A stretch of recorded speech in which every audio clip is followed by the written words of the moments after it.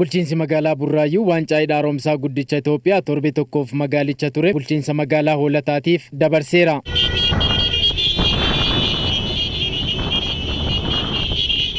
Bulchiinsi magaalichaa hawaasa magaalichaa qindeessuudhaan deeggarsa birrii miiliyoona 41 ol akka milkeessuu danda'e kantiibaan bulchiinsa magaalaa Burraayyuu obbo Jagnaaw Gizaaw ibsaniiru. Kunis kan milkaa'uu danda'e xiiqii fi kutannoodhaan jiraattonni magaalichaa piroojeekticha milkeessuudhaaf waan hojjetaniifi jedhan. Eega waancaan magaalaa kana ga'ee boodammoo miiliyoona 11.5 itti dabaluudhaan waqtii kanatti sa'aatii kanatti uummanni magaalaa Burraayyuu karoora kennameef irratti miiliyoona 24 dabaluudhaan waliigala miiliyoona 41.5 hidhaaromsaatiif gumaachee jira. Yeroo hunda xiiqiidhaan yoo hojjan kutannoo guddaadhaan yoo hojjan bakki nuti geenye tabbi nuti hin baane hin jiru. Uummanni Oromoo uummata guddaadha. Tokko keenya keessa kan jiru xiiqiidha. Xiiqiidhaan kan dabaalamedha. Kutannoodhaan kan dabaalamedha. Jaalala biyyaatiin kan dabaalamedha. Biyya keenya jaalachuu keenya uummanni Itoophiyaas haa ta'u uummanni Oromoo kan ittiin mirkaneessuun gochaadha hojiidhaan. Kantiibaan magaalaa Hoolataa obbo Abarraa Gaaddisam waancaa hidhaaromsaa fudhanneen deeggarsa birrii miiliyoona 10 ol walitti qabuudhaaf karoorfannee jirra. Adeemsaan gammaa jiruun karooraa ol milkeessuu ni dandeenyaa jedhan. Deeggarsa kana walitti qabuuf karoorfannee olitti osoo waan geemni magaalaa keenya galii yeroo itti raawwanne ammas turmaata guyyaa nu bira turu kanaan akkuma kaleessa warri hirmaanne hirmaachuudhaan warri mul'akkii naafetan itti dabaluudhaan akkuma kaleessaa hidhaaromsaa kan mirkaneessinee dhumaatiif waan barbaanneef akka oolchinu gahee keessan akka baatan dhaamsasni dabarsuun barbaade. Jiraattonni magaalaa Hoolataas hidhaaromsaaf deeggarsa barbaachisu kamuu taasifne hidhichi akka milkaa'u ni taasifnaa jedhan. Dhimmi simannaa waancaa hidhaaromsa laga Abbayyaa dhimma lubbuuti. Waan akka salphaatti ilaalluu miti. Namoonni qabeenya isaaniirraa hojjetaan mindaa isaarraa akkasuma immoo qonnaan bulaan qabeenya isaarraa waa hundaan gumaachati kan jiru hidha laga haaromsaa Abbayyaatiif.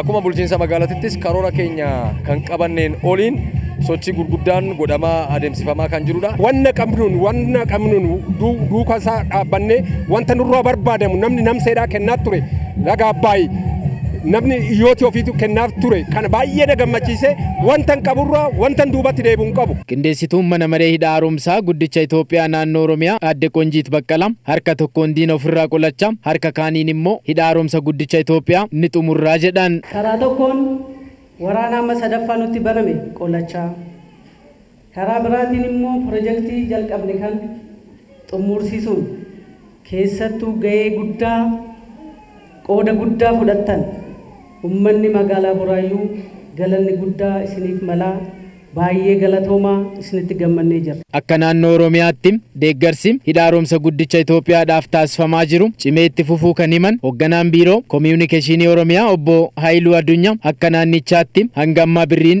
miiliyoona 900 ol deeggarsa taasifameera jedhan. Uummanni Oromoo akkuma kaleessa birmadummaa biyyaa eegsisuu keessatti gahee olaanaa bahachaa ture ammas misooma kanarrattis ciminaan hojjechuu qabaa dhaaman. Uummanni Oromoo birmadummaa biyya kanaa kabachiisuu keessatti gahee olaanaa kan taphate diina biyyarraa qolachuudhaan kan beekamu biyya kana diinagdeedhaan kan utube uummata seena qabeessa uummata duudhaa hammachuu qabuun seenaa gurguddaa hojjetedha. Akkuma kaleessa uummanni keenya Adwaa irratti duulee seenaa hojjete aloonni har'aa gootummaa kaleessa abbootii isaarraa dhaaleen Adwaa lammaffaa kaleessa gabrummaa siyaasaa jalaa bilisa of baasuuf taasise har'a immoo dinagdeedhaan of danda'uudhaaf hidha guddicha haaromsa bu'uuressuu deeggaruun cina dhaabbachuudhaan seenaa hojjechaa jiraachaa. Uummanni naannoo Oromiyaa bara kana qofa birrii miiliyoona 600 sassaabuudhaaf karoorfame caalaatti sassaabuudhaan hanga har'aatti birrii miiliyoona 900 sassaabuun danda'amee jiraachaa.